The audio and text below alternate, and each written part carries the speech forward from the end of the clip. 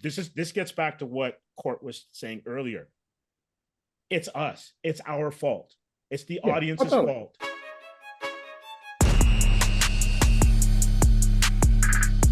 All right, we're going to kick off another episode of the Comix Asylum podcast. I would like to welcome Courtney Small to the Asylum. I'm Steve, and I'm here with. Ron? And so, Court, happy 2024, happy New Year. And what have you been doing since you sang Old Lang Syne, or whatever you call it? Well, happy New Year to you both and to all your listeners. Pretty much 2024 has continued where 2023 ended, with me just watching movies, trying to catch up on shows. There's way too much TV for me to even tackle. But yeah, just started off the year. Already saw like the Book of Clarence. I'm preparing for Sundance, so watched a doc just the other day that's going to be premiering at Sundance. So just the usual film festival grind that comes in spurts. Right. And give us a little bit of insight into what it's like being a reviewer at this time of year. This time of year, it's very interesting because in terms of the new films that are coming out, January is kind of considered the quote unquote dumping ground, where you don't necessarily get the best stuff. I would argue that there are good things that come out in January. You just studios just don't necessarily have faith in them. Like I remember Megan came out in January, which was a lot of fun. I like the Book of Clarence. It's flawed, but it was pretty ambitious. But also around this time of year, you're competing with all the award stuff. So for a lot of film critics, I would say from November to beginning of January, it's a lot of awards voting. So people are cramming in as many films as possible, watching as many screeners, going to special invite screenings to try and be as informed as possible for when the voting happens. And then there's usually like all the various award shows. Some smaller guilds will just have press releases, but it's a lot of arguing amongst people that share the same passion, a lot of rooting for a particular individual, then they don't win, and you realize you're one vote out of, I don't know, 40 to 100 and some odd people, depending on which voting group you're in. So it's a fun time, it's a busy time, and it's a time where it also reminds you that studios spend a whole lot of money just to publicize their film for critics, and sometimes they don't spend it on the films that they really should. Right. Well, would you say that they are hedging their bets? It's almost like being in Vegas. So they have a parlay. So film A, B, and C, we're hedging our bets that these are going to be great. So we're going to give great packages and screener packages to our reviewers. And the ones that we don't think have any legs, yeah, okay, they're in the dustbin, but you'll get them in like a brown paper bag or something like that. Yeah, and that's usually the case. Like for Maestro, the Bradley Cooper film, is a big Netflix film, so they're pulling out all the stops for sending out the screeners, the packages, and having a whole bunch of screenings in LA where they're bringing in famous people to like interview Bradley Cooper, what have you. And something like May December, which is getting a push, is not getting the same type of push as Maestro. I would say May December is a better film. A few years ago, the Spike Lee film, The Five Bloods, came out and got very little promotion from Netflix around award season. And I think if it had a little more push, it probably would have gotten a lot more notice. I can't remember what the film was that particular year. It might have been the Power of the Dog. I can't remember, but it was one of those things where they could have spent a lot of money on The Five Bloods, but they hedged their budget on like two other films. And depending on where you are in the studio's perspective, they're probably getting more eyeballs for the ones that they're pushing. Like obviously more people are going to probably watch Maestro, but May, December, I think has been the one that more people have been talking about. So Is that May, December? That's the one with our girl there, Steve. What's her name? Julianne Moore. Julianne Moore, yeah. Yeah, it's a great film. Great film. Is it? It's the Mary Kay Letourneau inspired story. It's told in such a way that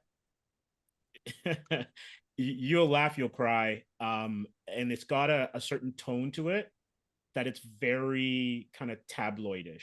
Or am I kind of off on this one? Where No, no, there's some choices that the director makes where you're just like, what the heck am I watching?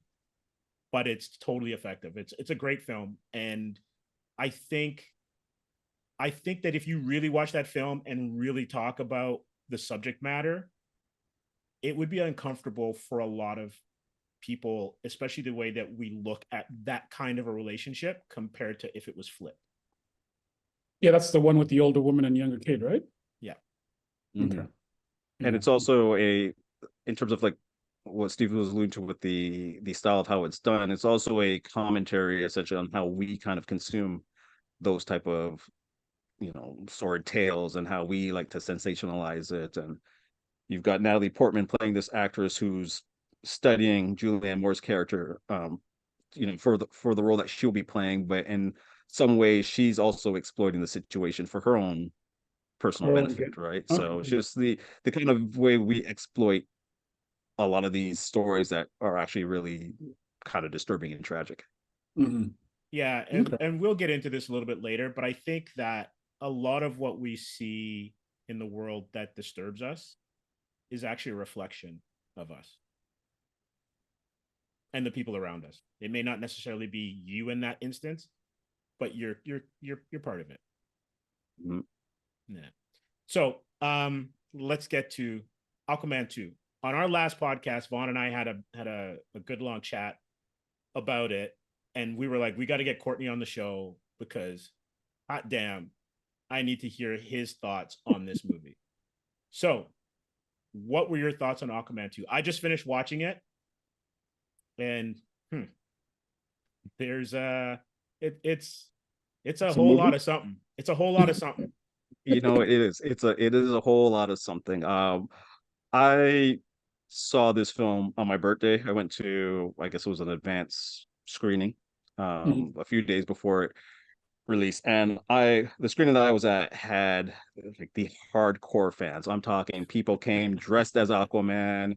There was a woman dressed as Mira. Love it. Someone came in a really good Man of Steel, Zack Snyder. So the fans were out, Good. and that screening was so muted in terms of watching it. Like, there was applause at the end, but it was almost like hey, I at least got a night out and they gave me some free popcorn type of applause. Like, it wasn't the applause of fans who really felt moved by the film. Like, when you're watching a film and there's communal excitement, there's I think back to seeing Fast Five in the theater and then having certain action sequences where the entire theater just erupted. Right. Um, you know, Watching a Spider-Man film or the MCU Endgame, where the scene where on your left and people start Yes. appearing and the entire theater goes crazy because all these people are. There was none of that with Mhm. Aquaman. What Aquaman is essentially a film that I went in with really high hopes because I generally like the first one. I think it's mid-tier DC, but still fun. Mhm. And this one was none of that. It's like they took the blueprints of, hey, the first one was fun because you had him on this kind of Indiana Jones style adventure where they're trying to unlock the clues, and he's having this comedic banter with the woman that he's gonna end up with. Let's take all of that, not really do anything with Mira. Let's bring back his brother and kind of do a Loki Thor thing, but also reference Loki and Thor It in was this it was DC film that we're doing, it was so and then meta. just throw a whole bunch of random stuff in that doesn't quite fit. Now, I don't know how deep in terms of spoilers we're gonna go with this because I don't know. You can I'm spoil it. assuming your listeners have You can spoil it. seen the film, but Yes. the film starts off with Aquaman talking about the problems with being a king and also being a dad, and how coming home to his baby boy is kind of the only thing that really gives him joy at the moment. A lot of that is wasted with the kid. The kid's gonna come back and be important later on. But even when they bring the kid back and they say, we don't need Aquaman, we have his kid, at the end of the day, they still need Aquaman. Mhm. So the whole stuff with the kid makes no sense. And also, why is the kid just chilling on land and you and your wife are spending hours under sea, ruling, doing what have you, and then you just kind of pop back home at night as if, no one would realize that, hey, the royal family is leaving every single night to go somewhere. Like there's a lot of continuity errors in the script, and I'm willing to ignore all of that if you had a cohesive film, whereas this film feels very piecemeal, and it doesn't feel like a lot of the artists involved were giving it 100%. No, no, it was like and Vaughn, I don't know if you'll ever get a chance to watch it. But it was like everyone was sleepwalking through. Like they came in, they had their days, they shot what they needed, they had to get, they got their coverage, and then they booked out. Do you think it was a, sorry to interrupt, do you think Yeah, it's no a case, a lot of stuff was left on the cutting room floor? Like I know all the mirror stuff was supposedly, there's a lot of stuff that was cut out. And even I think Dolph Lundgren made a comment just recently. He said that a lot of his stuff was cut out as well too. So I'm wondering, do you think that that movie was way longer and it's just like some stuff that they were kind of like, what do they call it, testing it out um, on fan audience and seeing what clicked, and this is what the best that they could come up with at the end of it? Like, was it really obvious that a lot of stuff was missing and it was just kind of chunked together when you watch it? I'll say for me, it wasn't necessarily as obvious as something like Echo, the new Or the new, yeah. Marvel Yeah. Spotlight show, but it it was noticeable that Amber Heard's character was sidelined, and she was sidelined in a way that felt really offensive. And I Mm, know there's a lot of stuff behind the scenes, what have you, but for a film like this, there's a way to navigate all that external stuff and still make her a interesting character. But she kind of appears, says a few lines, and then is just gone for a lot of the film. And even when she comes back, she doesn't really have anything important to do. I think the problem with this film is it starts with the script. There is something about a lot of these superhero films, and I will even go back to the heyday of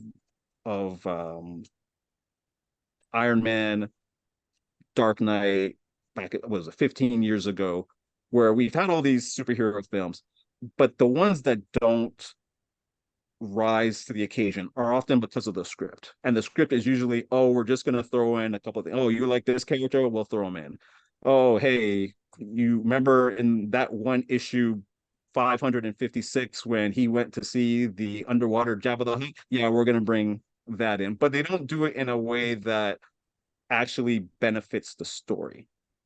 So there's a lot of things that happen in this film that, from a story standpoint, you go, well, that doesn't make any sense.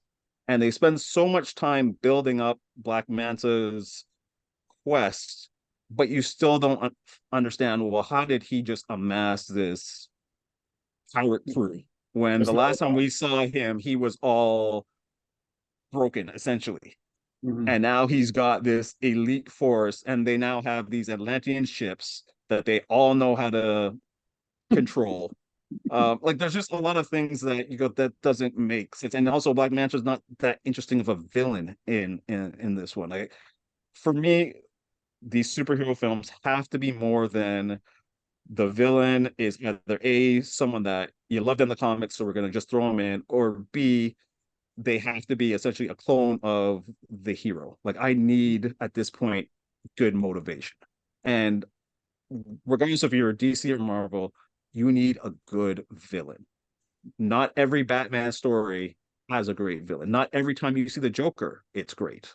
You need really good motivation, and something that fits with the overall story. Whereas this film, they just kind of throw things together. And Okay. there's a part of the film that is very much going back to the Indiana Jones style quest, where you have Aquaman and his brother going to these different environments, and he has to break out his brother because they need to find Black Manta, and apparently only his brother seems to have any ties to any illegal people, which I find fascinating because you have an entire underwater city. Not everyone in that underwater city is going to be good, but they go through this whole thing of breaking him out, which, okay, fine, a little fun action set piece. And then there's this weird banter to kind of show that, oh, they generally love each other and the importance of family, yada yada yada. And again, I'm a big Fast and Furious fan. I wear it, I own it. They're not all great, but I know the how you can sell the family narrative in a fun way, and how you're just kind of saying the word family just to say it. And this film feels like they're just trying to say it. But once they finally find Black Manta and things start to unfold from action standpoint, you're like, well, why did they? He didn't really need the people that he had for this particular situation. Like, there's a lot of things that happen. There's a villain who is supposed to be even more deadly than Black Manta, but he's kind of just off in the distance, like Sauron, like the eye that's always there.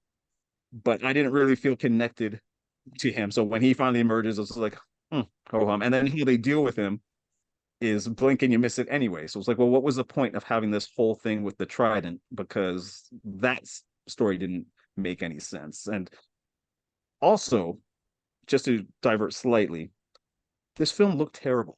Oh, it's absolutely shot badly, man. This is a superhero film sequel, so they've got a little more money.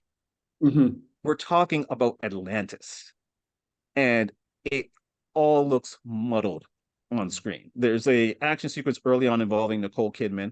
I'm like, okay, Nicole Kidman gets to do some action stuff. Love to see it.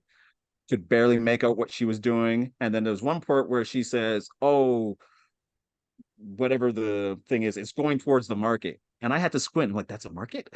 I couldn't tell because it all looked the same. There's and Steve, there's a sequence where there's like a train system, kind of like in Black Panther, where they had the underground railroad train. There's something similar in Atlantis. I don't understand necessarily why that is there when everyone seems to have their own little pods and whatever. Transportation, fine. Mass transit, man. It's about being ecologically sensible underwater. That is true. You need mass transit, and there's a lot of talk about saving the environment in this film. Yeah. But something happens on the train, derails. Couldn't tell you like what goes on with that sequence because it all looks so jumbled. I just knew that, a train derailed. I couldn't tell you where the train was coming from, what it crashed into, why the significance of this train derailing was so heart-stopping, because it really wasn't. It's not like in the Spider-Man films where it's like, oh, the bridge is out, Spider-Man's got to use his webs to try and stop the train. It was just in the chaos, this train happened to go off the tracks, and it was going to smash into some aspect of the city that looked identical to everything else, and there was no real definition. There was no sense of awe or wonder. And I think even that, and I understand there's a lot of the visual effects people are under a lot of tight constraints with the way how the studios are kind of cracking the whip, but there was no excuse for how bad this film looked. And then on top of that, you have the actors kind of going through the motions, where Jason Momoa was far more entertaining in Fast X and far more lively than he was as Aquaman, which is the role he was essentially born to play. Yeah, it's interesting. Do you think that scene was just a more of a Nicole Kidman cannon fodder kind of thing, so she gets her screen time, or was that more focused on just like filler story, just to give more about Atlantis as a whole?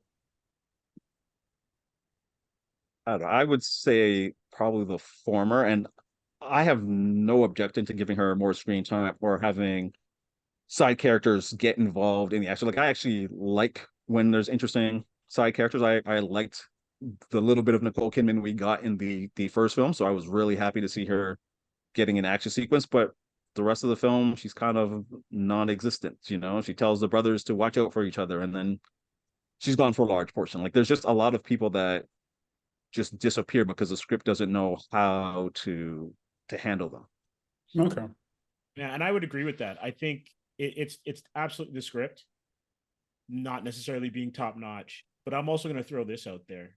It's the last movie of the Snyderverse, and with the wrecking ball that Warner Brothers was kind of swinging for some of their projects for whatever reasons financially, I wouldn't be surprised if there was a kind of like, well, we have this as our release date, bit of a shoulder shrug. We're rebooting everything anyway, and let's go.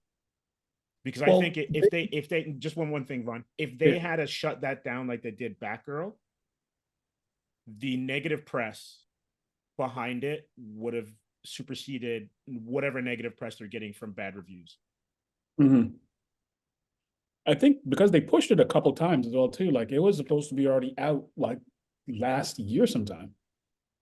Like it was pushed like 2 or 3 times in the overall schedule, right? And then they finally said, I guess they couldn't push it any longer. And then within that, while they were pushing it, they had that whole transfer of power, and the whole new team took over, and James Gunn became the head, right?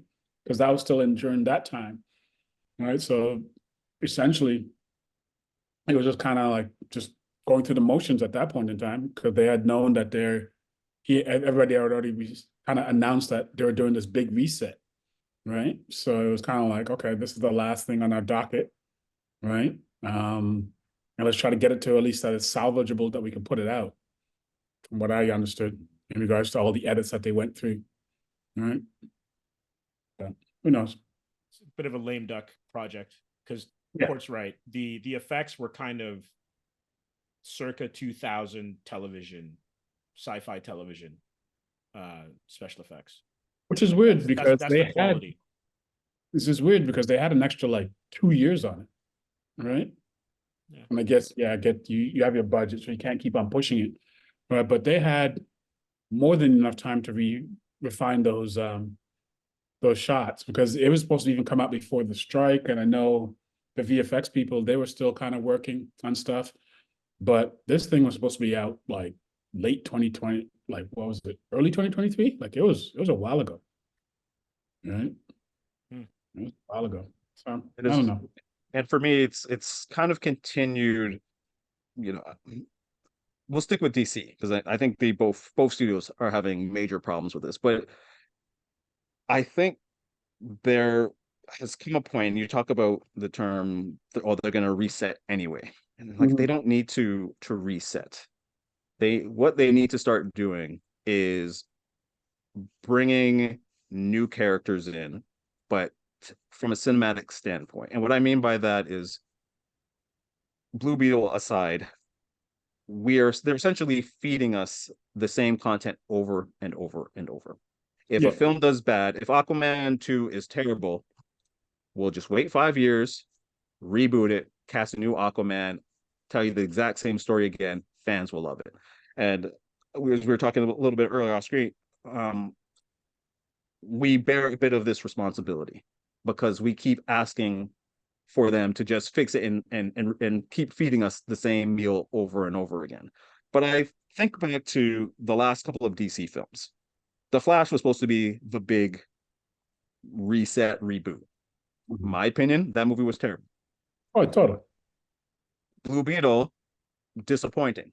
And part of the reason Blue Beetle was disappointing is you've got this Latin superhero and set in the future, and you think, okay, this is going to be a really interesting type of film. You know, you've got a character that not too many, I would say, mainstream people know if you didn't grow up watching the cartoon or what have you. But that film is kind of fed through the standard DCEU machine, so it doesn't have any real authenticity to it. It just feels like, oh, they're going through the motions that they went through with Shazam and all these other ones, right? Like, if you're going to bring in a new character, make it distinct. You know, I always say what people forget with Guardians of the Galaxy, the very first one, is that film came out in August.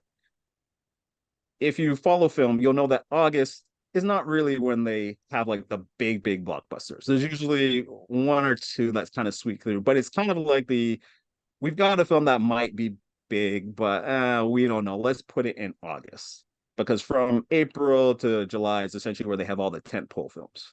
Mhm. And at the time when Guardians came out, Guardians was not a household name. You couldn't go to a kid and say who is Rocket Raccoon. They would not be able to tell you outside of like the comic book faithful. Yeah, but even the comic book faithful, you would think Guardians is what, ranked D or E in regards to the roster of Marvel books, right? Exactly. And what did they do? They said, well, because we have all this leeway, we can tell a fun sci-fi story, kind of give a few Star Wars elements in terms of like, these rogues coming together and having to do this mission. And it was a huge hit because it felt like it was something fresh and new. Also, Even Court, though it was well done. That's the bottom line. It was good. That's but why it also resonated. part of the reason it was good though is because you were able to just sit down, watch this film. You're like, oh, it's a Marvel film. And then you're like, oh, wait, this is actually quite funny. Oh, these characters are really entertaining. By the end of that film, you felt like you knew those characters. You had gone on an interesting journey. You didn't feel like, oh, this film was setting me up for the next 13 films that are going to come that are eventually going to lead to Thanos. Like they had little clues at the end, but you were just watching the film for the film. Now, a lot of these superhero films that we're watching, they all have to lead something. They all have to set up something else. So they're not really focused on telling unique individual stories anymore. So Flash, Blue Beetle, Aquaman, the Lost Kingdom, to me, they're all just the same jumble. The same, all right, we got to have these type of superhero fights, some special effects stuff, rinse and repeat. I was a big fan of Shazam. Loved the first Shazam. The second one was absolutely terrible. Why? Because again, they just threw things at the screen. The story didn't make any sense, and the good faith and goodwill that you had invested in the character before is completely wasted because now you're like, well, you're not bringing me anything interesting. You're not letting these characters grow in a way. You're just kind of going through the motions. Notice no one talks about Black Adam anymore. When Who? before that came film, Who? exactly, Who? exactly. And we're talking Dwayne The Rock Rock Johnson, the man who can sell anything. Yeah. Hollywood Viagra. Skyscraper, Viagra, whatever you want him to sell, he will sell you it. Hollywood Viagra. Skyscraper, San Andreas, not great movies. He made it fun. That man couldn't make Black Adam entertaining, right? Because you look at it and you're like, there is a problem with the construction of how we consume these films and what we demand from these films now. Okay, so I'm gonna throw this at you, Court, and I want your opinion. See if there's any credence to where my brain's going here. When you think of like the auteurs who are like renowned, right? Scorsese, Nolan, Fincher, Spielberg. There's a whole list of them. How many movies do they make a year? Depending on the filmmaker, usually one every 2 years. There are a few that make every year, but Right. they're usually different and distinct. Right. And so this is where I'm going. Because essentially these movies are now a production line as opposed to films, where Nolan's Batman had a beginning, a middle, and an end, not only within each film, but the three of them, right? The Russo brothers, when they do a film, it usually pops, right? But they're not cramming stuff together in that kind of like almost like a Happy Meal kind of service It's like for a these production films. line kind of stuff, like Yeah, production line. exactly. So if you have a Spider-Man movie and it's a standalone Spider-Man movie, or as you said, Guardians, you don't get the same kind of quality when you do the next one, especially if there's really no story to tell there, but we just got to get one out, Yeah. right? To fill a slot for a film to come out. So if you don't have those kind of filmmakers who will, for the most part, give you compelling stories, well-made films, and then they have the time to make them, they have the right cast, then you're going to have these films, particularly with characters that are not A-list characters, where you might go see a bad James Bond film or you might go see a bad Superman film and kind of overlook the warts.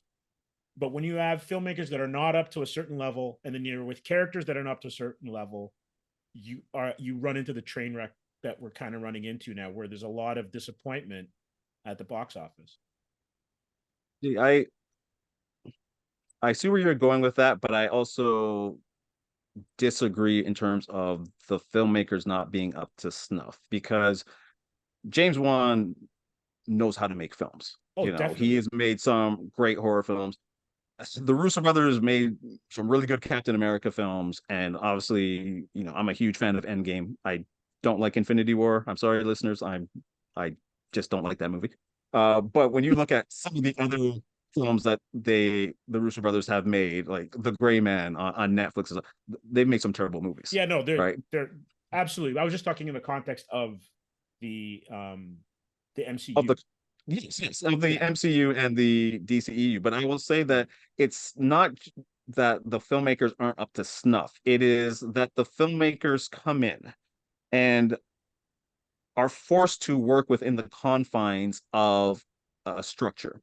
So if I'm like great at baking and I make a lot of wonderful desserts, pastries, what have you, when I go into Tim Hortons, I can't just make the stuff that made me famous, the stuff that was really enriching. I have to make the same old glazed donut and the same old Timbit. You know, Justin Bieber had his Bieber Bites, whatever Timbits they were called, and it's essentially just the same Timbit. There was nothing really unique about it because, again, he has to conform to the system. What we are seeing is we are seeing a lot of talented people. I'm thinking of the Eternals. Chloe Zhao. Chloe Zhao, yeah. When you see her other films, you're like, Chloe Zhao's amazing. Yes. You see the Eternals, you're like, I see what you're trying to do, but also you're bringing your sensibilities with the cookie cutter what Marvel needs from you, and the two don't gel. And we're seeing a lot of that. And I will agree with you that there is a factory line to a lot of this stuff now, and that comes with, you know, Marvel, DC, Warner Brothers, Disney owning a lot of stuff. But the problem is when you reach a certain level, you don't want to take the same type of risk anymore. Right? So you will rather do 5 Guardians films than come up with something new and really groundbreaking. Nolan was unique in the sense that Nolan had a whole heap of really good films, and DC was hurting when they gave him the Dark Knight trilogy. Dark Knight, yeah. And he was able to put his own stamp flavor on it, his own knowledge, and I would argue made 3 great films. Now, what do you have after that? We've seen the Joker in, I think it was the first Suicide Squad film. Some people, you know, the Joker with Joaquin Phoenix, you know, that was a Todd Phillips version of that. It was its own little standalone thing. Whether or not you like it or hate it, I know it is a divisive film, but because Todd Phillips was just allowed to kind of do whatever he wanted, it wasn't considered part of the universe, at least at that time. Yeah, he had more liberties. He could do, like, James Gunn had way more liberties with Guardians when he first jumped in than some of the other filmmakers would have had with a Iron Man or a Captain America, because it's like, all right, here, take it, do it with you will.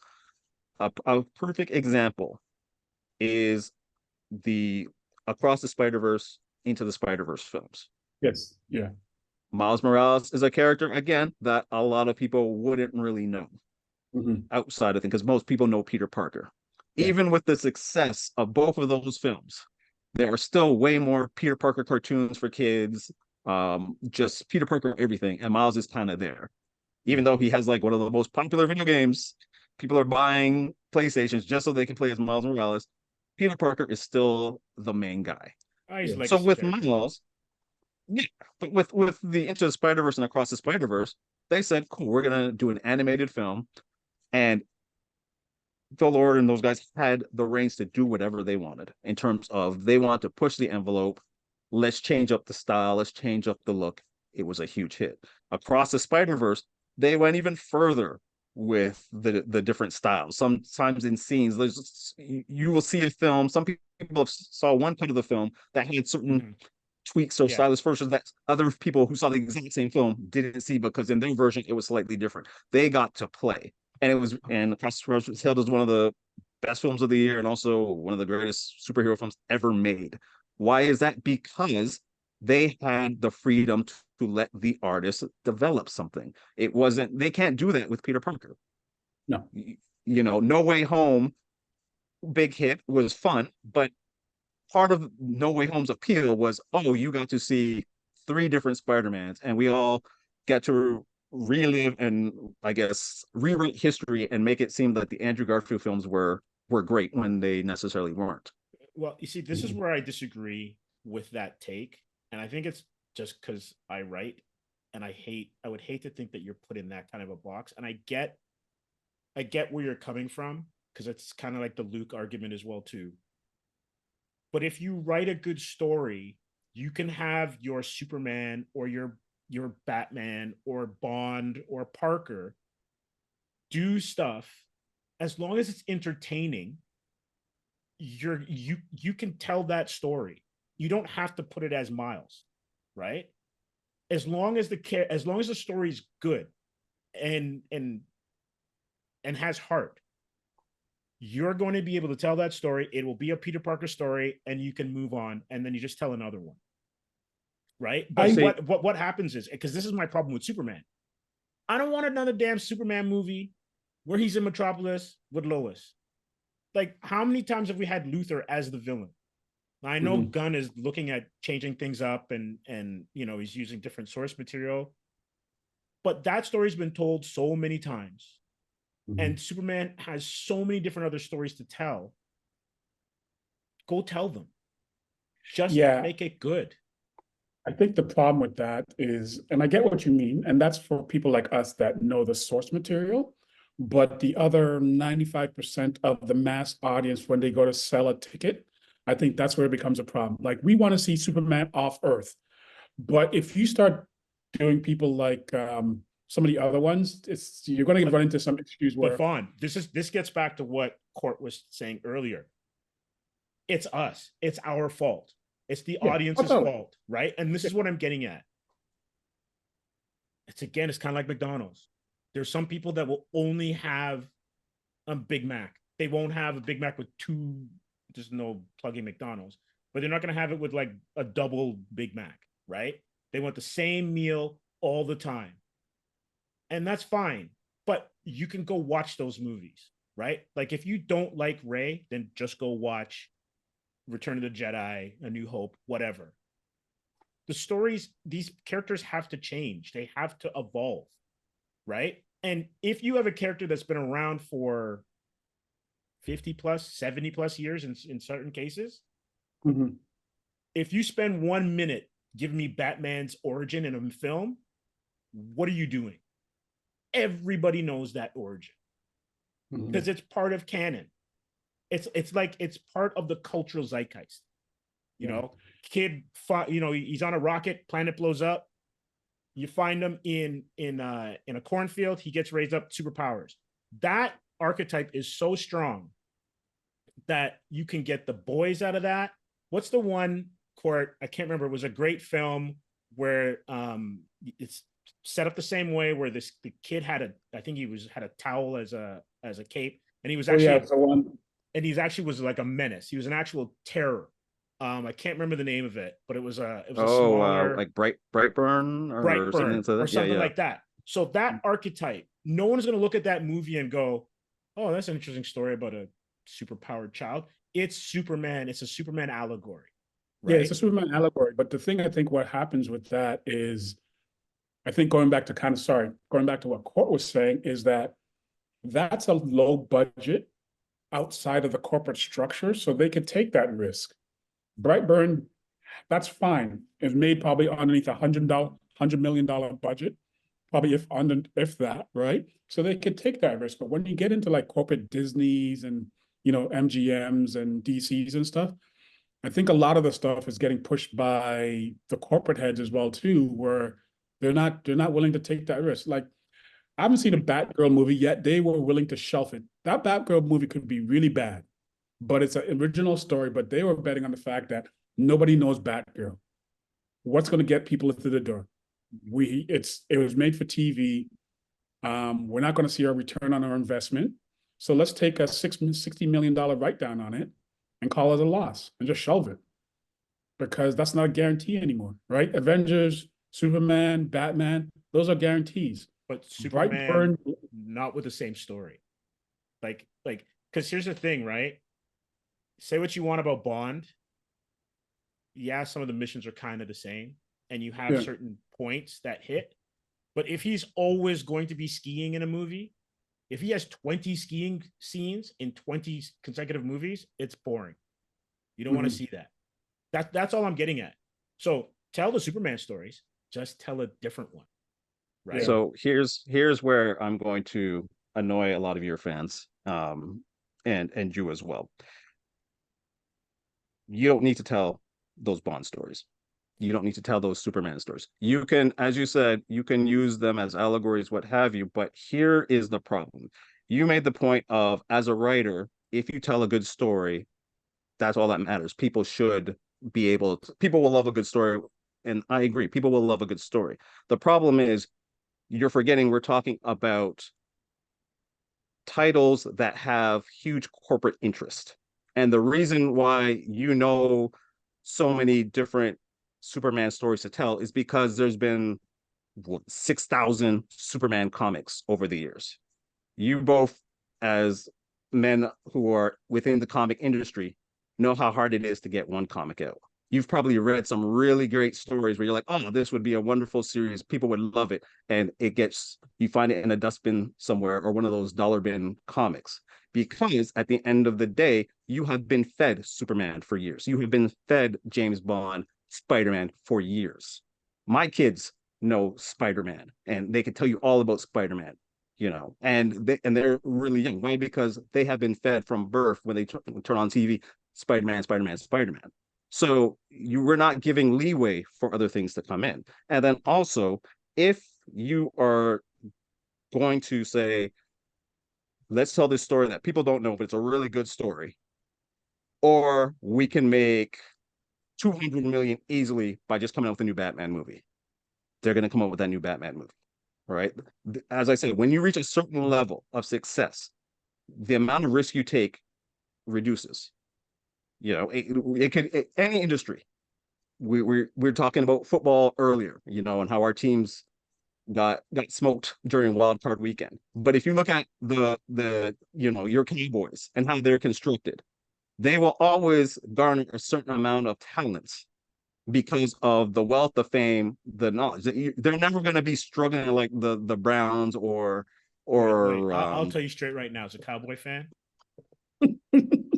America's team. That whatever. They you know what though? They're not that different from what we're talking about. Exactly. Right? You want to put the same it's the definition of insanity, where you do the same thing over and over and over again and expect a different result, right? So if you're a Cowboy fan and you have, good Lord, 3 decades of the same thing, right? Over and over.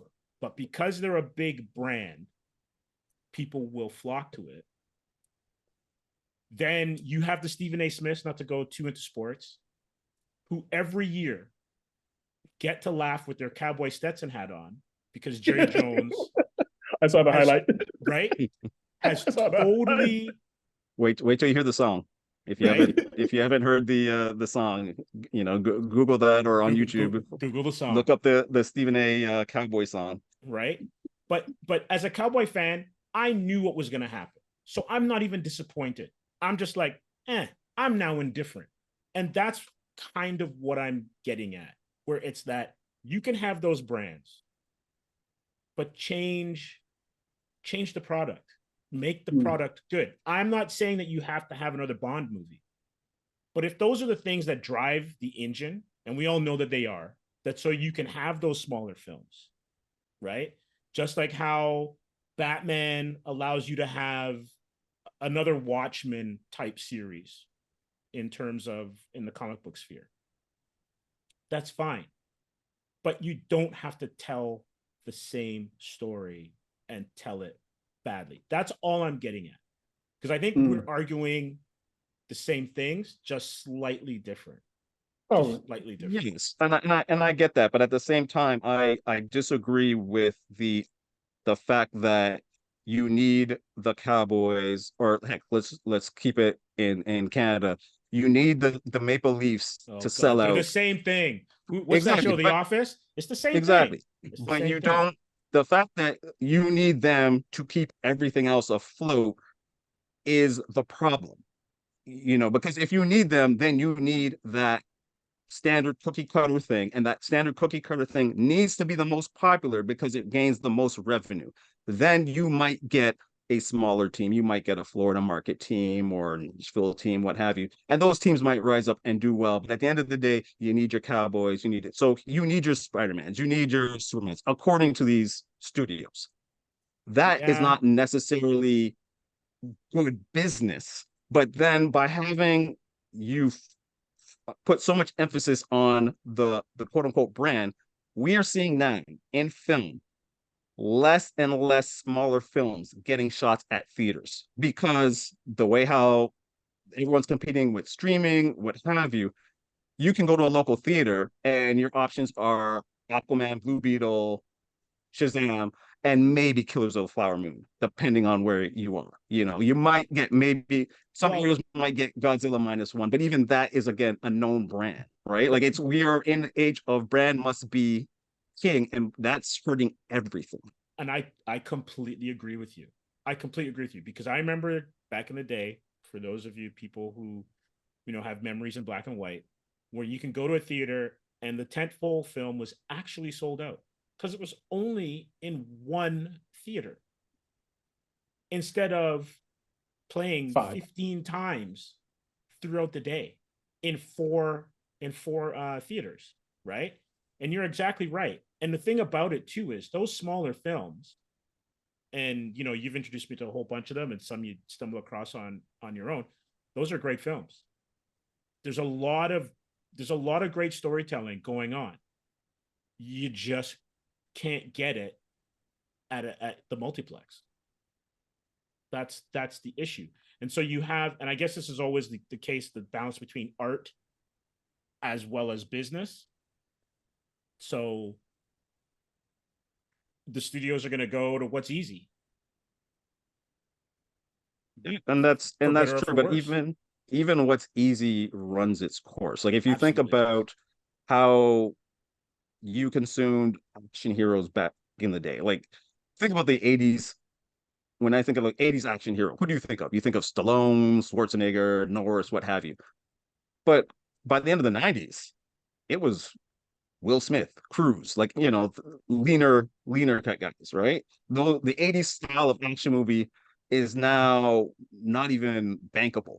They've made how many Expendables, and that's off of nostalgia, but who's making Expendable movies now? You've got the John Wicks of the world. Like, the action has changed, right? And it gets to a point now where if John Wick is the hit thing that's making money, every studio now is rushing out to make a John Wick film. All I'm trying to say is we need films and characters that will revitalize the brand. One of the things that I've noticed with the streaming services is it's allowed for more content that we love, the superhero content, to be fed to you at home.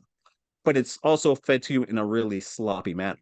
Because if you look at I'll use the Marvel ones, for example, because I know DC doesn't have as many shows, not including like the CW shows, just in terms Yeah. of like what's on streaming right now. The best Marvel shows, and just in terms of ratings, I don't necessarily agree with all the rankings, but in terms of ratings and were WandaVision, Loki. Those were like the top two. Top two. WandaVision is a great show.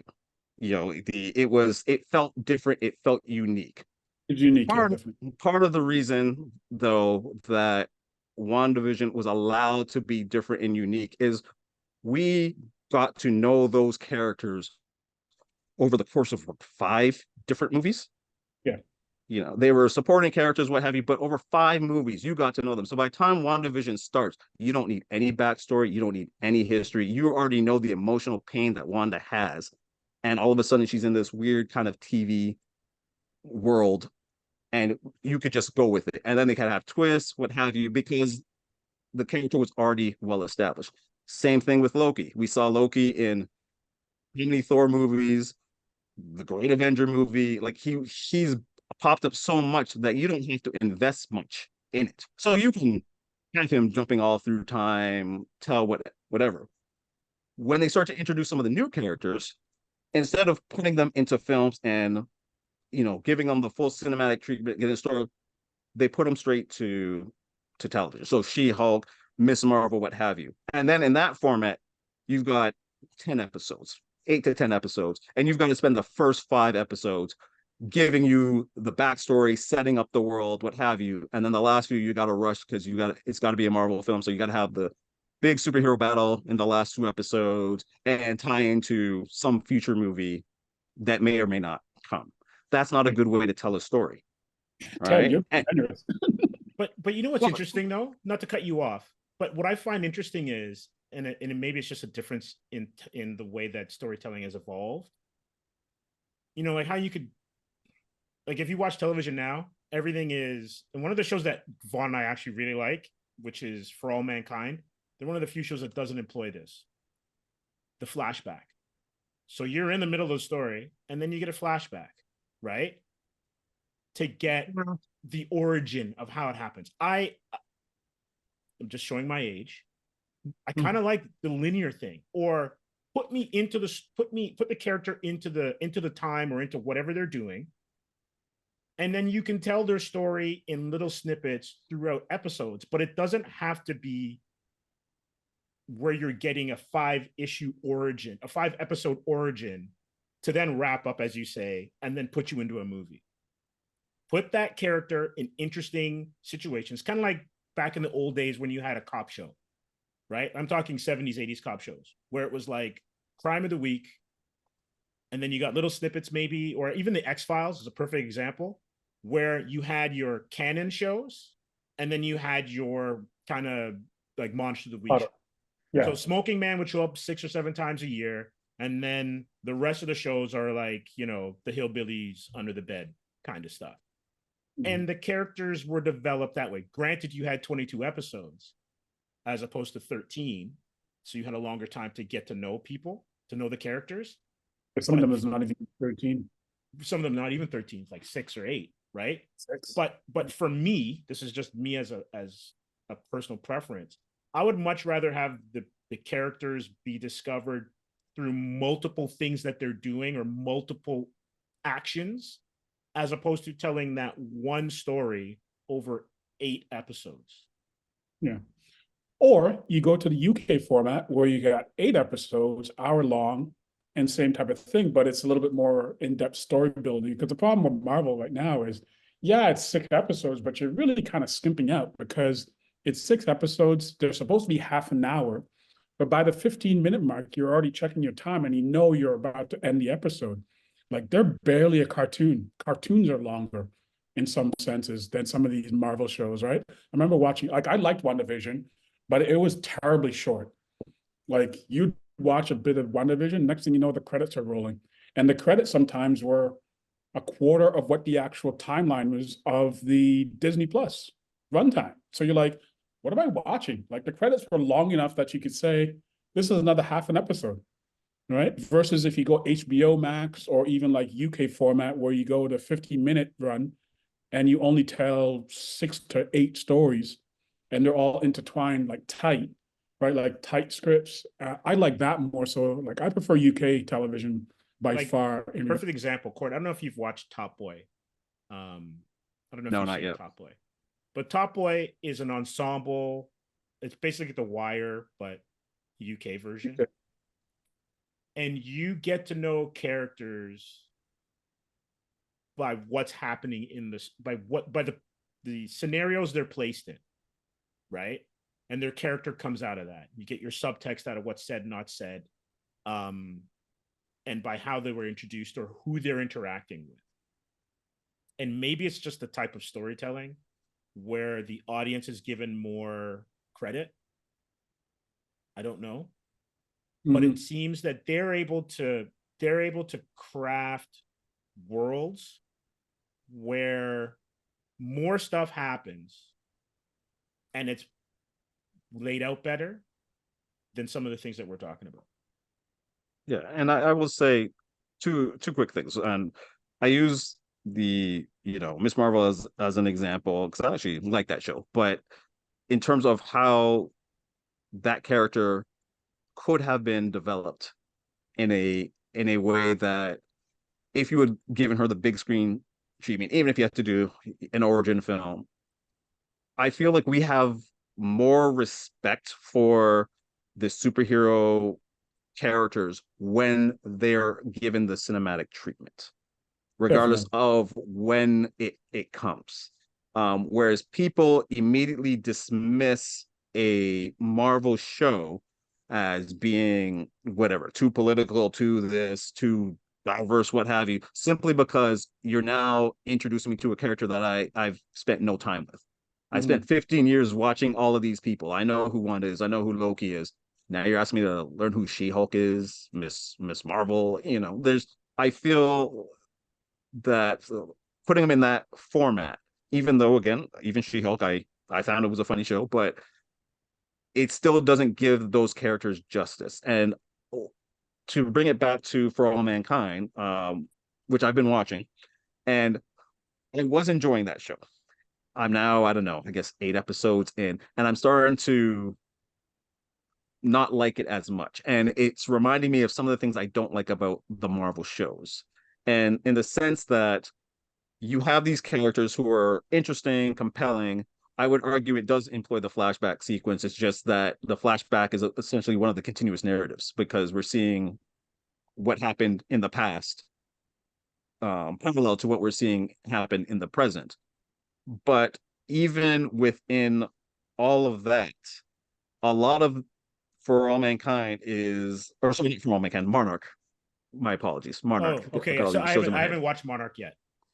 So I was like going, what drugs was I on? Because I don't remember any flashbacks. No, I am the one on the substance because I was thinking Monarch, but for some reason I had For All Mankind. And so in Monarch, you have the present and the past being told to us in parallel. And you've got the whole Godzilla stuff going on around it. But one of the things that bothers me about that show, and it bothers me also with the Marvel shows, you would even say for DC, the one with John Cena, Peacemaker, where there comes a point in all of these series where the object is we need to find X. And they go on this big quest to find X. They find X and realize, oh no, we actually need Y. So they do that to realize, oh no, we need to go back to X. And it's just like, you've wasted a whole lot of episodes basically regurgitating the same format over and over. We need to speak to this person. This person's got all the clues. They speak to that person. Actually, I don't have the clues. You need to go back and speak to this person who you already saw. Go back. Oh, you lied to me. Tell me the truth. You're my enemy. Well, actually, we need him, so we're going to take him with us. Like, it's just a lot of it feels like you're kind of spinning your wheels just so that you can get a couple of episodes through so that you can set up this big climax. Exactly. Whereas sometimes you just need a tight story to be told in a couple hours. One of the things I'm watching right now. You're back to my point. You're back to my point. But what I'm trying to say is you need a tight story to be told with also characters and situations that you don't know. And one Exactly. of the things, but this is where I differ with you. I don't need another Godzilla type No, story. I no. don't need another Superman story. One of the shows that I'm enjoying right now, that I'm watching is The Brothers' Son on Netflix. The brother's Scott son. Michelle Yeoh in it. It's Oh, right, Okay. right, right. a Yeah, story about, it's on my list. it's a It's on my list. it's a story about a family that just happens to be one of the powerful triad families, and they're now, the past is coming back to haunt them. And it's a mix of humor, action. There's a lot of kung fu in it, what have you. But it's kind of refreshing just to be introduced to completely brand new characters, follow their story, and be how many episodes in and go, okay, I understand the plights, the drama, the conflict, because it feels fresh. The Bear is a great show. People love The Bear. If you haven't seen The Bear, it's on I Disney know of Plus. it. It's I know of it. wonderful. But It's on my list. again, it's you're watching characters that you're being introduced to the first time in a situation where they're chefs, so you're seeing the inner workings of a kitchen. But there is so much character building, there's humor, there's drama, there's emotion. And it's like, oh, it's refreshing that you can watch something and I don't have to think, well, is this tied into X? Oh, I read the comic book, so it needs to be such and such a way. Like I feel when I say that we're the problem, part of it is we are the problem. We keep telling the studios, oh, we want something new, something fresh. When they do give it to us, we don't go because, oh, hey, I saw there's a new Flash film coming. I gotta see that.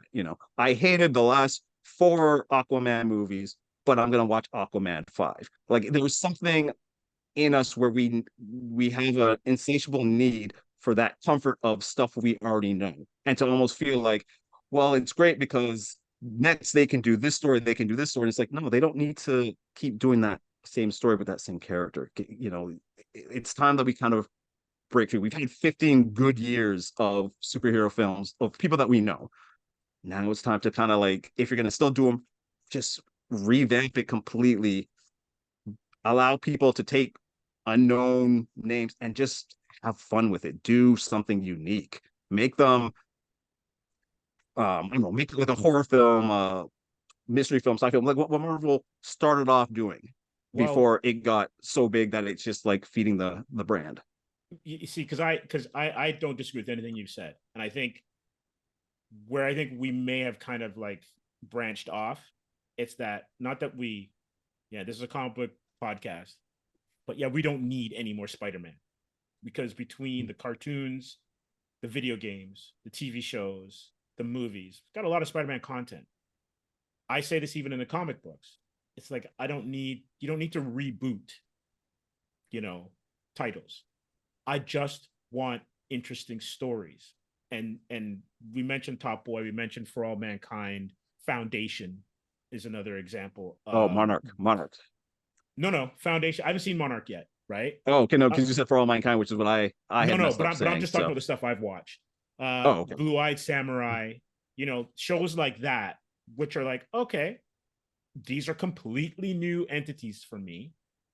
I'm enjoying watching it. And then you can judge it on its own merits. It's not then now you get into this endless debate of Chris Reeve versus Henry Cavill kind of thing. Mm. I just want new adventures and worlds to get lost in.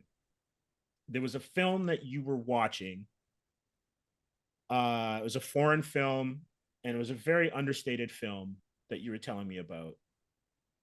Um, oh gosh, and it was a guy who cleaned the bathrooms. Oh, Perfect Days. Perfect Yeah, Days, and yeah, I'm yeah. like, that's a film that I want to watch, right? Because it's like anything else. You go through a decade of war movies, and then it becomes a decade of spy films, and then a decade of cop movies, and then a decade of rom-coms, and then action movies, and then you end up into superhero movies. This phase is going to end as well too, but you still need those other stories to get you to whatever is going to come next. And some of them are really small stories. Boy meets girl, boy loses girl, boy finds boy, whatever. But you don't always have to have you know, something that's derived from a video game or a comic. And I think that part of what we're, as you said, butting our heads against is the need for more content, and then to be able to do it where the studios feel that they're making their buck and the audience feels that they're getting not only what they asked for, but something new. Mhm. In a straight, like, and look, come on, how many times have we seen it? You know somebody, they're dating somebody that was, the person's terrible. I'm leaving them. I'm gonna find someone new, and the next person they're with is exactly like the person they just left. Yeah. Yeah. Welcome And to Humans 101. yeah, and it's true. I was thinking about a conversation I had about the new Doctor Who. On Disney Plus, they've had a couple of specials leading up to the new season, and the first two are terrible. I thought the third one with Neil Patrick Harris was actually kind of fun, and then they introduced the new Doctor in the fourth one, and I actually liked it.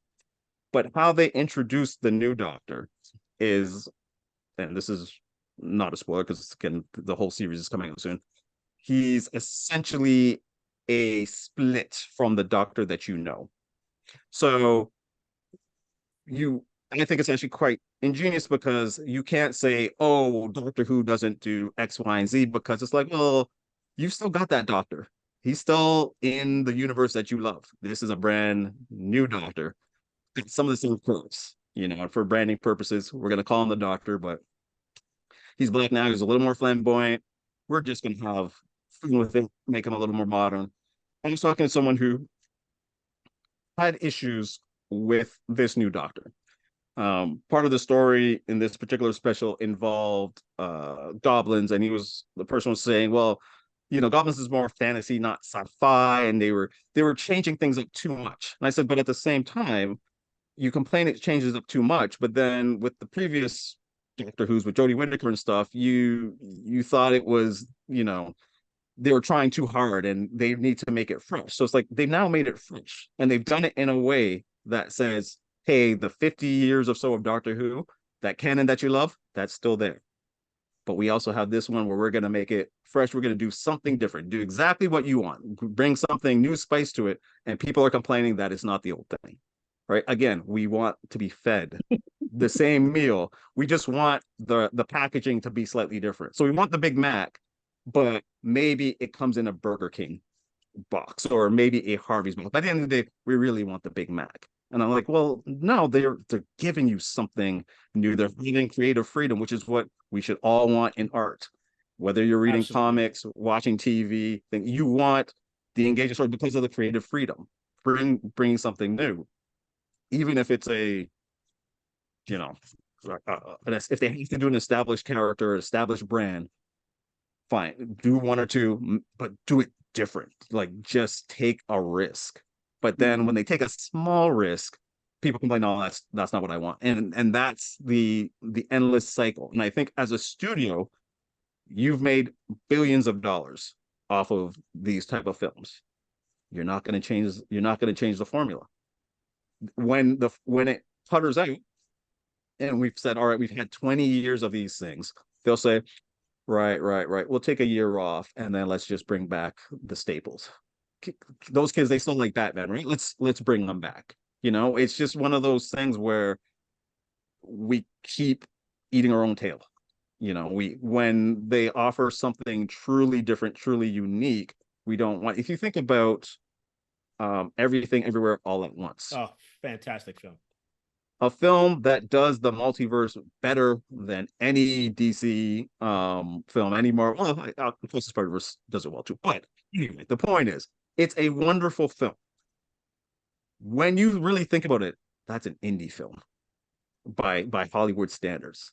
Like, it was kind of one of those off the beaten path films that found an audience. And it's like there's a lot more of those films to be found, but to get those filmmakers to even have a shot at it, how can you do it in the studio machine? One of the big jokes within the Canadian film community is that a lot of our talented directors either end up making TV, or nowadays they're directing Marvel shows and Star Wars shows, because that's where the money is and that's where the work is. Because within our Canadian film industry, at least in English language Canada, we are not giving them the funding that they really need to go out and make wonderful films. So for every Blackberry you get, it's a rarity that you'll get something that reaches that level in terms of publicity, right, promotion.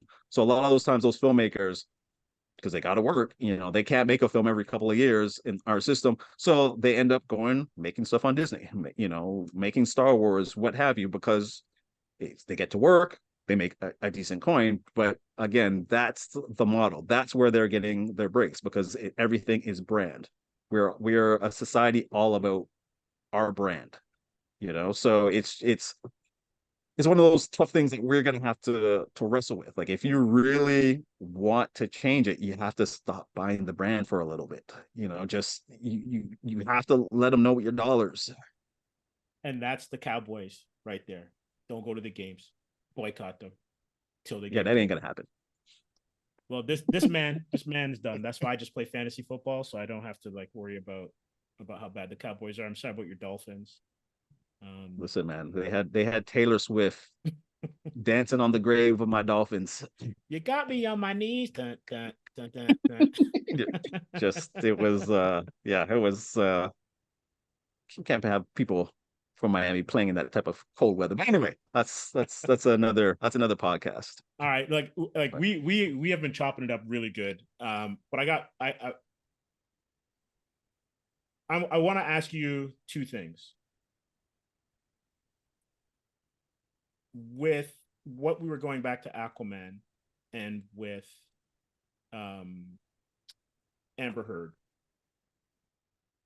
and then the fallout of Jonathan Majors being fired from Disney, where do you see that going with these long-standing kind of movie franchises, as well as recasting? And should it matter?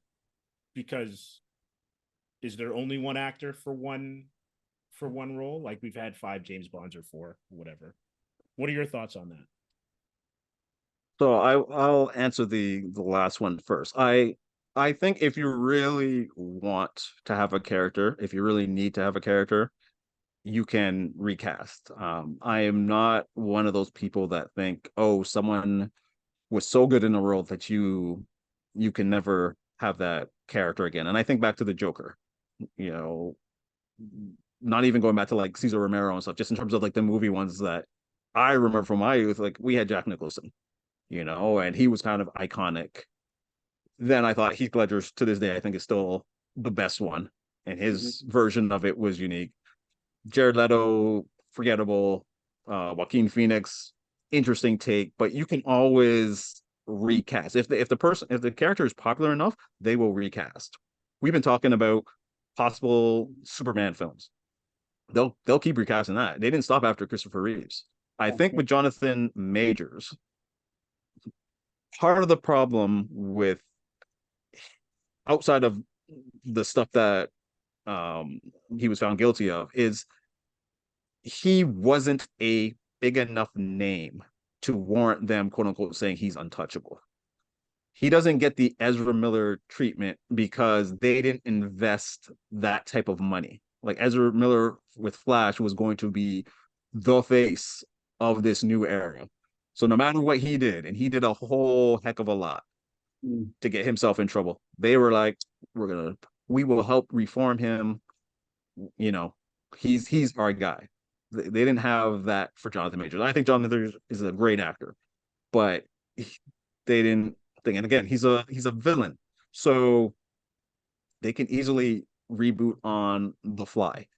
If it doesn't tie up with the end of Loki, so what? How many times have you watched a sitcom and a child just magically disappeared from the family?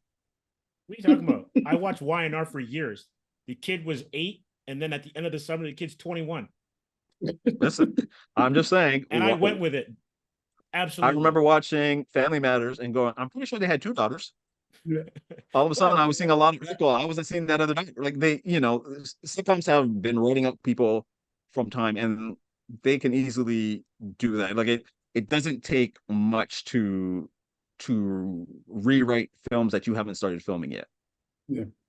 And as we've seen with Aquaman and other things, heck, even if you did start filming, you can chop things up. So whether or not the character needs to be recasted, I mean, he's an interesting villain. He's a cool villain, but they got a whole bunch of other villains that they could easily use. And if you're not going to have that same actor that you invested in, they probably don't want anyone even thinking about him. So I can't see them at this point recasting. I think they're just gonna write it out and start kind of cleaning house and pivot into a new direction. I say this is probably the last that we hear about Kang for a while. Maybe some footnotes here and there, but I don't see Kang being the thing. Marvel has so many villains. I mean, I was even surprised that they actually chose Kang as one of the villains that they were gonna announce as the next kind of major villain out of everybody, which is kind of weird to me. There's so many other ones. I would have thought like Dormammu, somebody, there's a lot of characters. Mephisto, like, ooh, like there's so many other things that you could have done. Right? Ant-Man So. beat him, man. Ant-Man. Ant-Man beat him. That's all I gotta say. That movie was so bad. We'll talk about, but again, it's actually a good parallel to Aquaman and coming full circle because Quantumanium was what the third Yeah. Ant-Man film. And although I enjoy the first two Ant-Man films to a certain extent, I would argue that the second one doesn't actually really have any real villain. And this third one, again, it looked terrible because they were rushing the effects. And also that story was so forgettable that it's not a significant, like, if you said, oh, Kang was in Ant-Man third, maybe be like, oh, was he? Well, like what happened in that movie? Because it was so nondescript. And even preparing for this film, I was trying to rack my head in terms of, well, what are the phase 4 movies and phase 5 films for the MCU? And the fact that I am referring to a franchise as phases it still warps my mind. It warps my mind to this day that me, a film lover who will love long movies, I actually think Across the Spider-Verse should have been 3 hours. I now go to a regular movie screening and I see people sit to the very end of the credits because Marvel taught them that there might be a commercial at the very end. And just that power is quite fascinating. And But and I and digress. and not to cut you off, but what's really fascinating about that? We both have a mutual friend, longtime friend, who's in the industry and does sound work. And when I would go see a movie with him when he was starting in the business, we would sit and watch the entire credits because you're celebrating everyone that made that film. Now we're doing it because people would just get up and leave, right? Now we're doing it, as you said, to get a commercial or a mini trailer for what's next. And those hundreds and in some cases thousands of names that have entertained you for, an hour and a half, maybe sometimes two, still don't get this recognition that they should. But without them, you have no film. Mm-hmm. Right? Yep.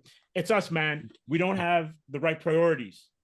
We're crazy. But again, in my ramblings, the fact that we look at things as phases, it's all product, right? Like when looking at the list, I was like, okay, these were the phase 4 films, these were the phase 5 films, and then my brain goes, okay, so how do they link to the greater picture? Like, who was the through line? Like, what is this building up to? And I couldn't tell you, but at the same time, we're not supposed to consume film that way. No, you're supposed to look at each work on its own. If a film is essentially important because it sets up the next film or 4 films down the line, then that's the problem. Because if you look at the great MCU films and the good DCEU films, they're the ones that just stood on its own. and was interesting creatively. It wasn't that you went there because, oh, it's gonna mention Needed. something about a stone that might appear in 4 other films, or you might see a version of Thanos that isn't quite the actual version of Thanos that you're gonna see, down the line. Like, and I think that's part of the problem. We keep wanting them to feed us the little bit of crumbs of things that we have known for years, and we don't question, we don't challenge. So when we get something as bad as Quantumania, people will start, oh no, it was a good movie. You got to see Kang, and they brought this character in. It's like, but they didn't tell a good story. The effects were terrible. Like we have to start taking a look at ourselves, because for the last, let's say, 5, 6 years, we've been coming hard on the studios, and to a certain extent, rightfully so. But at some point, we have to look at ourselves, because we keep feeding those studios those monies. The next superhero film that comes out, assuming it's not necessarily, how do I phrase this? If it's a character who is quasi well known, or an actor that's quasi well known, chances of it we're going to run a lot faster than certain films. We do know what the next one is, right? And because of who's in it and who's going to be in it, the buzz is already there with all the set leak shots and all that kind of stuff, right? Oh, yeah, that one. Yeah. The Deadpool who shall not be named, right? It took me a second to kind of Yep. which one's coming up. Yeah, because I think that's the only film coming out. Yeah, I think they've realized the error of their ways, which they I think gotta slow down. Yeah, which ironically I think actually people give it a lot of hate. I personally really like the series. Which one? I think Miss Marvel and She-Hulk. I'm talking about She-Hulk, but Miss Marvel and She-Hulk, I thought worked especially because of who they cast as the leads. Yeah. Like I think Marvel has always won on casting, but like those two actresses drove those series, and I would say that Iman really blossomed as well too, and helped Marvel's be what it was, because I like Marvel's as well.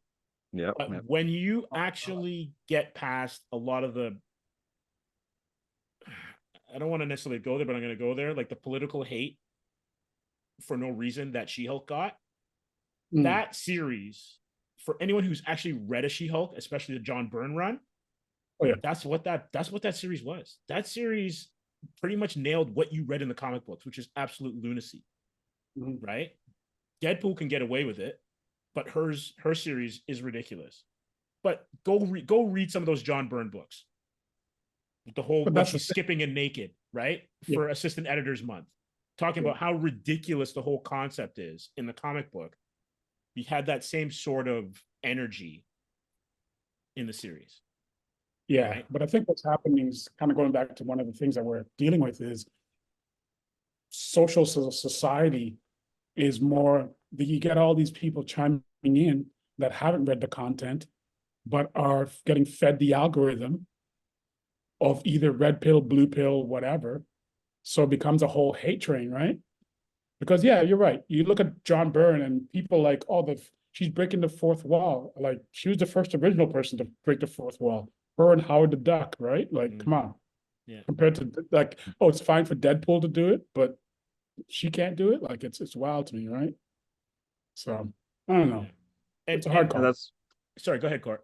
No, I was gonna say, and that was one of the things I was dancing around, but since you guys have opened the floodgates, there are certain films, as I said, the Marvels was dead on arrival before it even got released, partly because of all the online vitriol from people who hadn't even seen the film.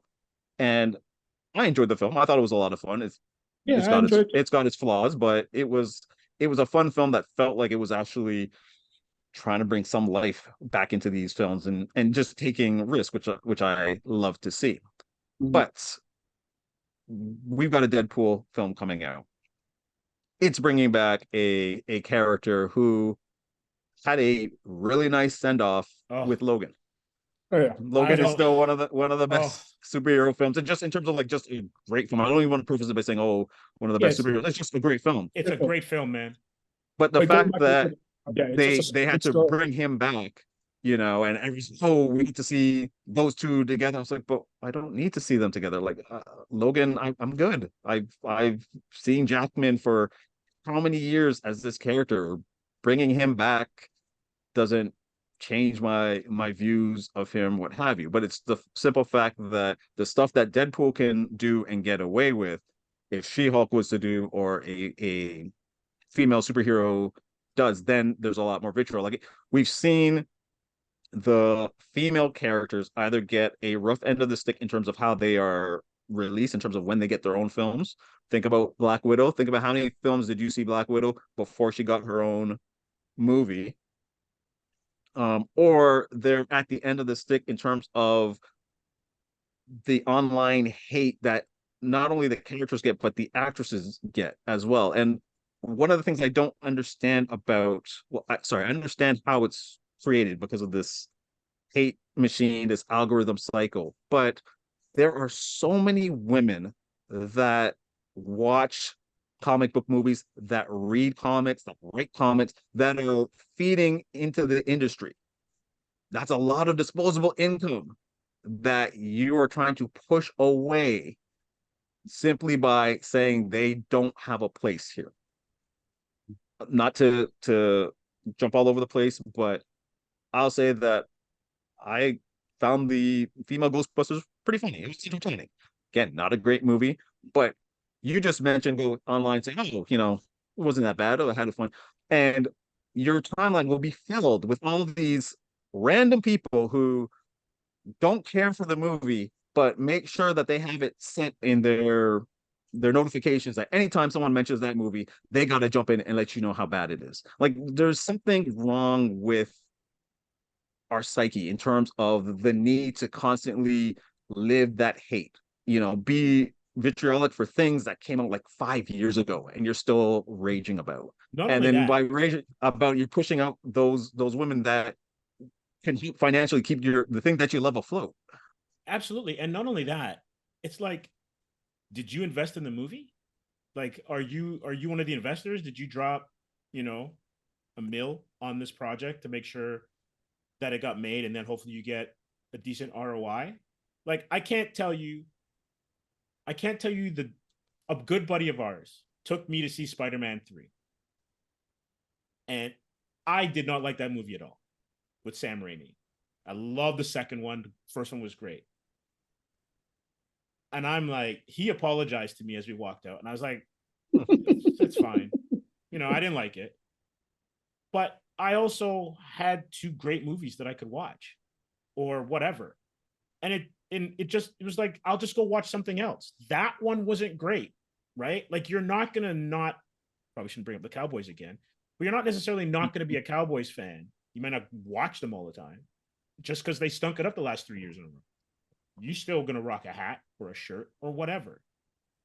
And you're absolutely right. This is a business. So why, especially in times like this with comic books, where the industry's in peril, would you do stuff where you want 50% of where the money could be spent? Not there.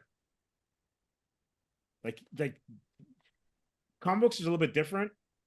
We'll just go back to the films. Yeah. If you want to have a bigger bang for your buck, you want as wide an audience as possible. There's a reason why restricted movies back in the day didn't make the same money that PG movies make, because you just get more butts in seats. Mm-hmm. Right? How many Marvel or DC R-rated movies have there been? Outside of the Joker, like what? One, what? maybe Maybe two, what maybe two. the new Deadpool is the only other one that's right now slated to be a rated R. But Were any, that was were any of the before when Punishers? Were any of the Punishers R? the Punisher. The Punishers were, but they didn't make money. Yeah, they were like for other reasons. Yeah, those were like the Sony days, right? Yeah. Yeah, but just in general, like Deadpool's rated R, but I could tell you, my son, who's not even a teenager yet, has been itching to watch all the Deadpool movies. He's like, Yeah. when can I watch Deadpool? When can I watch it? For sure. Because it's still being marketed to them. Yeah. Mhm. All the video games, everything. Like Deadpool is still a character you see on all these T-shirts, and you're thinking like, okay, there's certain content that that young kid who's wearing a Deadpool T-shirt probably shouldn't be wearing that T-shirt if you really think about it. But there's a lot more leeway given to certain characters and certain actors. The Ghostbuster thing I found fascinating because we've had how many years of the originals? They're on AMC almost every other week, and people complained about the female characters and how they're forcing diversity down your throat. And then Jason Reitman brings a brand new version that ties back into the original, and you've still got a young girl as your central character. And also now we're led to believe that these kids are far more worthy of being Ghostbusters than these grown women that were like scientists for the most part, outside of Leslie Jones. Like, it's just a weird dynamics to how we don't want certain change, but then also when it comes to gender, we still have this day and age a weird approach to who's allowed to fail and who's not. So the first Wonder Woman, a lot of fun, great movie. Second one, terrible. Wonder Woman's destroying the whole DC. It's like, but it was one bad film. I could tell you there's been several bad Superman films. I can tell you the bad Batman films that I've watched over the years, right? But it's just that kind of, they get one shot and their shot must be a perfect swish. If it clanks off the rim and goes in, it's still not good enough, right? Whereas, wasn't a good Aquaman? We'll reboot it. One day we'll figure out how to do a good Justice League movie. We'll just keep on going. Or Mission Impossible is on to what, 7, 8 now, and people forget that the second one was not that good, right? Like you just keep making it, and after a while, all you think about is Ghost Protocol up till like Fallout, in terms of it's a great series, right? Mm-hmm. That's a good question. What was number 2? I know Dougray Scott was the villain, and that's the one where he had the vial of the I guess it was some sort of biohazard vial that would, number 2 was if it cracked open, it would kill everybody. And then he and Dougray Scott on their motorcycles jump at each other and collide. And I'm like, does that brother have the thing in his jacket? There was I love John Woo, but there was so much in that movie where I was like, what? Yeah, that's John Woo. Listen, it wasn't Face Off, right? Face Off is, there's like, if you're talking about American John Woo, there's like Face Off, and then there's Mission Impossible 2. I love John Woo, but that number 2 was something else. But you're right though. Like some people in our society have license to fail. We see it on the on the sporting arena. We see it in politics. We see it in entertainment, because everything is just a reflection of what we are and what our societies will allow or condone, right? And I don't know. I don't mean to be naive, but I kind of liked it when a movie was judged on its merits, not who the lead was. If the story is good, you liked it, it's fine, right? Like, I can only imagine if The Long Kiss Goodnight was made now, what kind of feedback you'd get. I think that was with Gina Davis, right? Yep, and Samuel L. Jackson. That would have been panned before he even got out the door. Which is kind of interesting because when it was released, if I remember correctly, it didn't do well financially. It didn't do well, but over the years, it's no, was it Rennie Harlan? It was Rennie Harlan. I think it was one of the Rennie Harlan. Yeah, one of the Rennie Harlan ones. Yeah. Okay. Yeah, but over the years, it's kind of got this love for it online, where people will go to bat for that movie and how great Rennie Harlan was as a action filmmaker. But yeah, if that film was to be released today, there would be so much critique about that character and how they're trying to force diversity down here. We're already seeing with Furiosa. The trailer dropped for Furiosa, and all of a sudden, all these people are acting like Charlize Theron's character was not the most important character in Fury Road. It's It's like, did you just magically forget that Furiosa is integral to the action, the story, everything? And now It that was her Furiosa movie. gets, yeah, now that she gets a prequel of sorts, it's, oh, they're forcing things down our throat again. Because of the algorithm and the need to constantly be upset about things, we are not allowing room for creative freedom, which is why we keep getting the same old, same old. We keep getting the same Aquamans, the terrible Shazams, what have you, because that's the one thing that people, they grumble about, but they'll eat more of it. You know, but other things that are being presented to them, they adamantly grumble and hate so much that they won't even touch it. They won't even take a bite. I mean, if they don't take a bite, it's not making money. And if it's not making money, well, we're just going to give you more of the same. Right? Like it's a very interesting state that we are in right now. Yeah. Well, we have been chopping it up for a long time, so I just want to end it up here because I know you gotta, do some family stuff. Give me 3 films from 2023 that you loved, and then anything from 2024 that you're looking forward to. Okay, so my number one film was Across the Spider-Verse. I saw that twice in the theaters and absolutely loved it. And since it's, a comic podcast, it feels fitting to mention that. But I'll actually give you 3 that are not that, if you will. 3 that are not in Absolutely. the superhero genre at all. Yeah. First one, the Scorsese one, Killers of a Flower Moon.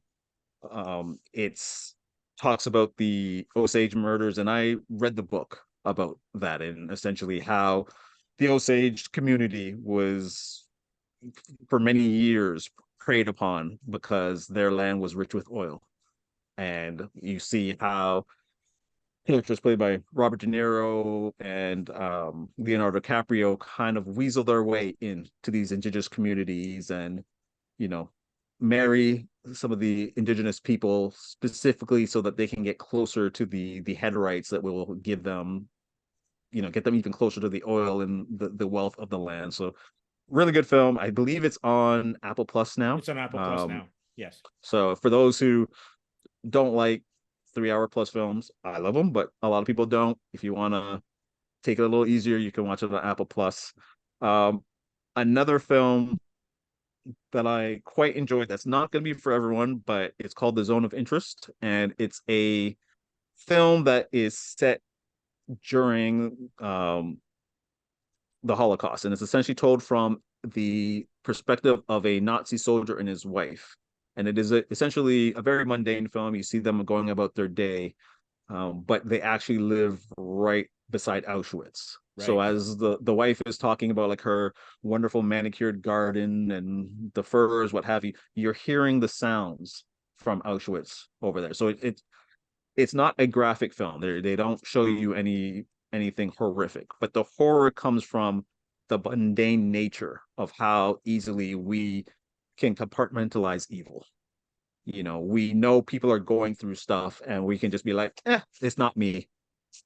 Off to go shopping, what have you, right? So that's where a lot of the horror comes. It's a really chilling film. And the last one I'll say for a more lighter-hearted, upbeat film of sorts, I'm going to throw in The Holdovers, which is a film with Paul Giamatti. It's a Christmas-esque movie about a professor, his students, and at this private school, and the school chef, who are all kind of stuck together one Christmas and have to kind of navigate each other and their own personal issues. It's really funny, got a kind of 70s vibe, and it's just a film that will leave you happy, because I know the other two might be a little depressing, but definitely The Holdovers is a fun film. Yeah, it reminded me of is it Good Will Hunting? It kind of had that feel. It's not that kind of film, but it had that kind of feel because it's like older students, like college age students dealing with a professor, but it seemed more adversarial and a little bit kind of slapsticky at the same time. Yeah, I saw that. I saw the promo for it. You know what it reminded me? Remember that one where Remember when Sandra Oh got that really high recognition for that one that she did? Talking about talking about the one that had to do with wine? I think so, yeah. Oh, Yo, Giamatti's in it too. Sideways. Sideways. Yeah, Yeah. same Giamatti's in exact it. same director. Yeah. Okay, so just when I So- looked at it, I just, it kind of reminded me that straight out of the gate.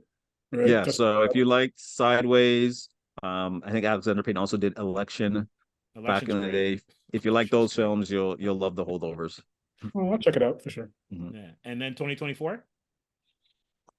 2024, I can't even think about what's coming. I guess it's Dune Part 2. I'm Big a one. big Denis Villeneuve fan. Yes. I was so on the first one. I liked it, but I think just because I had reread the book prior to seeing the movie, there was a couple of choices where I was like, oh, that's really interesting. Like, there's certain characters that could have been developed a lot more, but it's it's Villeneuve, man. It's gonna be visually stunning, and I know he will take that material and continue to make it really interesting. So I think that's the big one I'm looking forward to. I can't even remember what else is coming out I think that's March, right? this Is year.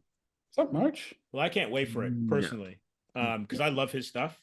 I know that people have problems with his pacing, but Yeah. I'm here for it.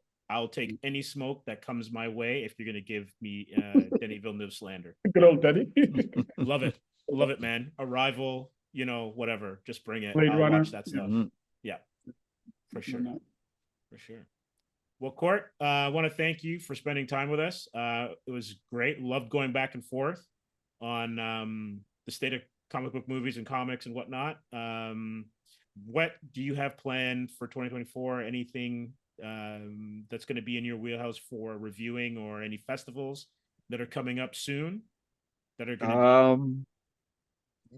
Sorry, I didn't mean to cut you off. Oh no, it's all good. That you're going to be going to or looking to attend.